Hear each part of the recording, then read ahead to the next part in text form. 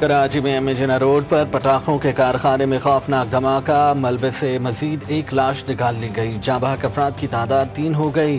رات مقدمہ درج، کارخانے کا مالک نامزد۔ کارخانے میں بڑی تعداد میں آتش بازی کا سامان موجود تھا۔ دھماکے کی video G T V news نے حاصل کر لی۔ فائر بریگیڈ کی 12 سے زائد گاڑیوں نے آگ پر قابو پا لیا۔ کارخانے میں پھنسے ملازمین کو بحفاظت نکال لیا گیا۔ کارخانے کے برابر میں موجود عمارت کو مخدوش قرار دے کر خالی کروا لیا گیا۔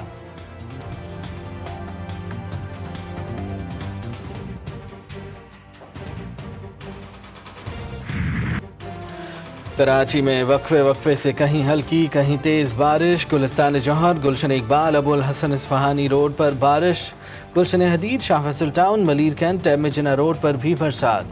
گلشن حدید میں سب سے زیادہ 18 ملی میٹر بارش record, P A F Faisal base پر 17 ملی میٹر بارش ریکارڈ کی گئی۔ شہر میں رات گئے تک وقفے سے بارش کی پیش گوئی۔ نیا سسٹم 23 اگست کو انٹری دے گا۔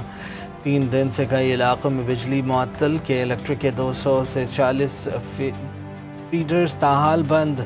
مختلف علاقوں میں پانی کا بحران سر اٹھانے لگا۔ آج اسکول کھلے رہیں گے یا نہیں، والدین پریشانی میں مبتلا۔ محکمہ تعلیم سندھ کی جانب سے تاحال کوئی ہدایات جاری نہیں کی گئیں۔ سندھ کے مختلف علاقوں میں بارش، گرمی کا زور ٹوٹ گیا۔ ڈگری میں بارش اور آسمانی بجلی گرنے کے واقعات، 4 افراد جاں بحق، 6 زخمی۔ زخمیوں کو تعلقہ اسپتال منتقل کر دیا گیا۔ بارش کے باعث لوگوں کی تکلیف کا احساس ہے۔ سندھ حکومت سب سے معذرت خواہ ہے۔ صوبے میں اموات ہوئیں، حکومت ذمہ داری قبول کرتی ہے۔ وزیر اطلاعات سندھ شرجیل انعام ایمن کہتے ہیں، افسوس ہوا ہمارے خلاف مہم چل رہی تھی۔ خیبر پختونخوا، پنجاب، گلگت بلتستان میں سینکڑوں جانیں گئیں، اس پر ٹرانسمیشن نظر نہیں آئی۔ میئر کراچی مرتضی وہاب بولے، نالوں کی بروقت صفائی کی وجہ سے صورتحال بہتر ہے۔ ٹیموں نے دن رات محنت کر کے تمام علاقے کلیئر کر دیے۔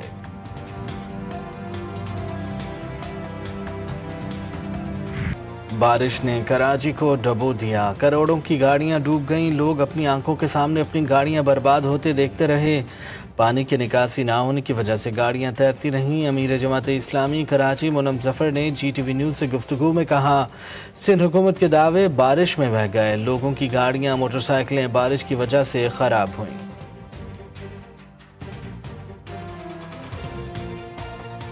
بہت افسوس کی بات ہے کہ پورے شہر کے اندر سینکڑوں نہیں ہزاروں گاڑیاں ایسی ہوں گی، موٹر سائیکلیں ایسی ہوں گی جو پرسوں ہونے والی تیز بارش میں جو بائکیں بہ گئیں، بائکیں بند ہو گئیں، گاڑیاں لوگ جو ہے وہ بہتے ہوئے دیکھتے رہے۔ بھائی اس کی ذمہ داری صوبائی حکومت پر ہے، اس کی ذمہ داری کراچی میٹروپولیٹن کارپوریشن پر ہے۔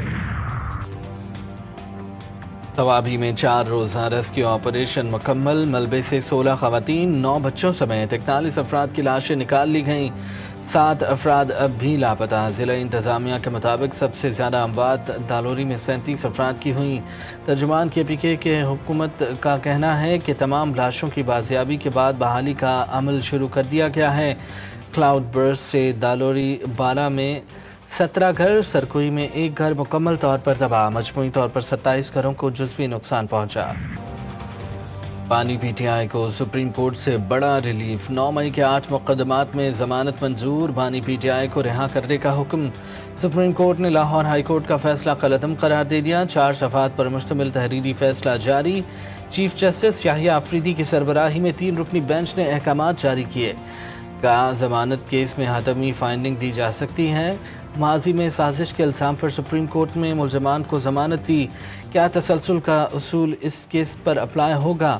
چیف جسٹس کا دونوں فریقین کے وکلاء سے استفسار۔ وکیل بانی پی ٹی آئی نے عدالت کو بتایا کہ تمام 8 مقدمات میں فرد جرم تک عائد نہیں کی گئی، نہ چالان پیش ہوا۔ چیف جسٹس نے ریمارکس دیے کہ بس یہ کافی ہے، ہم ضمانت منظور کر رہے ہیں۔ بانی P T I Al-Qadir trust case میں گرفتار ہیں، ان کی رہائی ابھی ممکن نہیں۔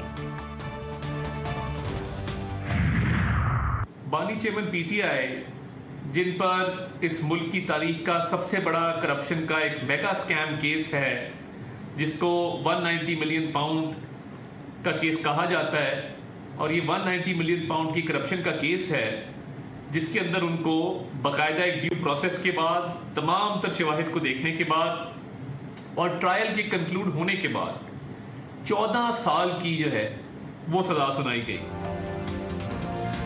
ضمانت ملنے کا مطلب بریت نہیں، پی ٹی آئی کے کئی رہنماؤں کو ضمانت پر ہونے کے باوجود سزائیں ہوئیں۔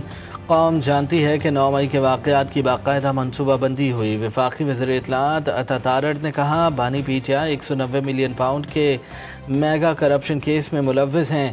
بانی پی ٹی آئی کو شواہد کی بنیاد پر شفاف ٹرائل کے ذریعے 14 سال قید کی سزا سنائی گئی۔ بیرسٹر عقیل ملک کہتے ہیں ضمانت کا یہ مطلب ہرگز نہیں، وہ مقدمات سے بری ہو گئے اور باہر آ جائیں گے۔ فی الوقت تحریک انصاف نے سپریم کورٹ کے فیصلے کو خوشائند قرار دے دیا۔ سلمان اکرم راجہ نے کہا عدالتی فیصلے سے کیسز بے بنیاد ثابت ہوئے، بانی پی ٹی آئی کے خلاف صرف القادر ٹرسٹ کا کیس باقی ہے۔ امید ہے بانی P T I Qadir case میں بری ہوں گے۔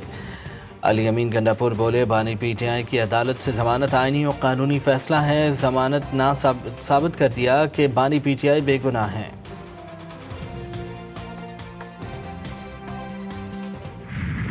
فیلڈ مارشل کی طرف سے کسی صحافی کو انٹرویو نہیں دیا گیا، نہ ہی کوئی سیاسی بات کی گئی۔ D G I S P R نے واضح کر دیا۔ لیفٹیننٹ جنرل احمد شریف چودھری نے کہا کہ صحافی کے جس کالم کی بات ہے وہ برسلز کا ایک ایونٹ تھا۔ ایونٹ میں تو سینکڑوں لوگوں نے تصاویر بنوائیں، ایونٹ میں پی ٹی آئی اور نہ ہی معافی کا ذکر ہوا۔ یہ ایک صحافی کی ذاتی مفاد اور تشہیر حاصل کرنے کی کوشش ہے۔ صحافی نے نامناسب حرکت کی، جو شخص غیر قانونی حرکت کرے اسے قانون کے کٹہرے میں آنا ہوگا۔ 9 مئی صرف فوج کا نہیں، قوم کا مقدمہ ہے۔ 9 مئی جیسے انتشار پر لوگوں کو معافی مانگنی چاہیے۔ معافی سے قانون عمل رک نہیں سکتا۔ 9 مئی کرنے والوں اور منصوبہ سازوں کو قانون کا سامنا کرنا پڑے گا۔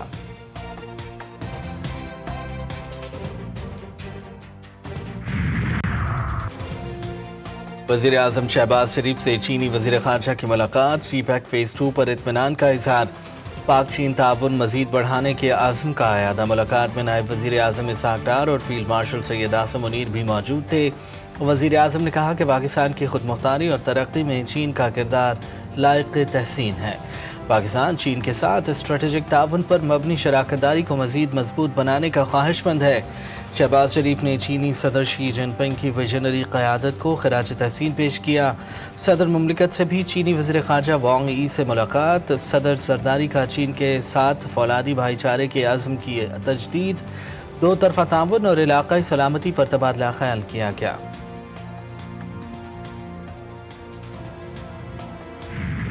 Reaffirmed Pakistan's full support to China on all issues of its core concern. Next year, Pakistan and China will celebrate the 75th anniversary of the establishment of our diplomatic relations. In this context, Foreign Minister Wang Yi and I agreed that our two countries would organize a series of events and programs to celebrate this auspicious event.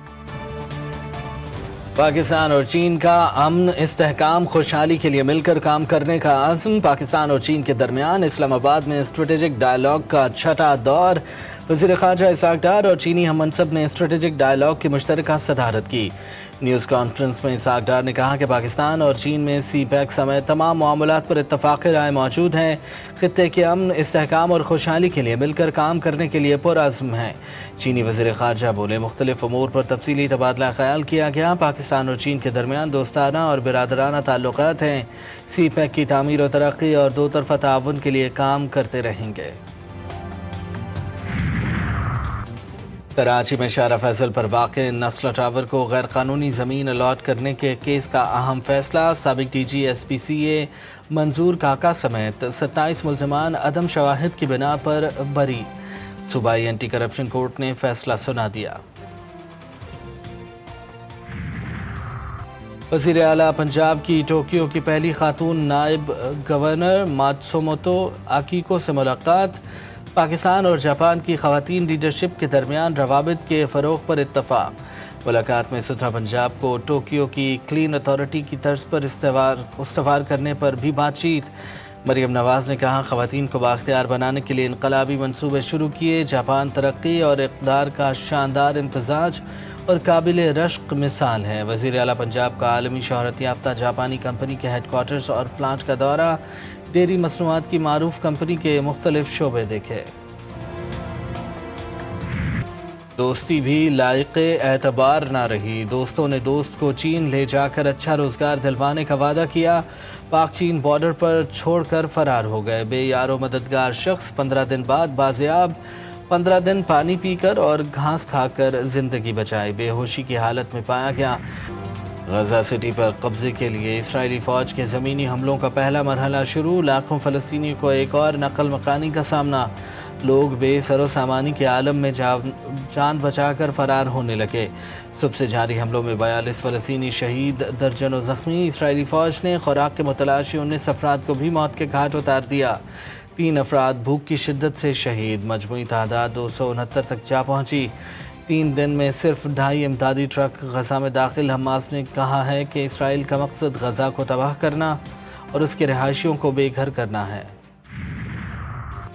روس کا Ukraine پر رواں ہفتوں میں اب تک کا سب سے بڑا حملہ، 574 ڈرون اور 40 میزائل داغ دیے، امریکی الیکٹرانکس فیکٹری کو بھی نشانہ بنا دیا، کروز میزائل لگنے سے کمپنی میں آگ بھڑک اٹھی، حملے میں 1 شخص ہلاک اور 22 زخمی۔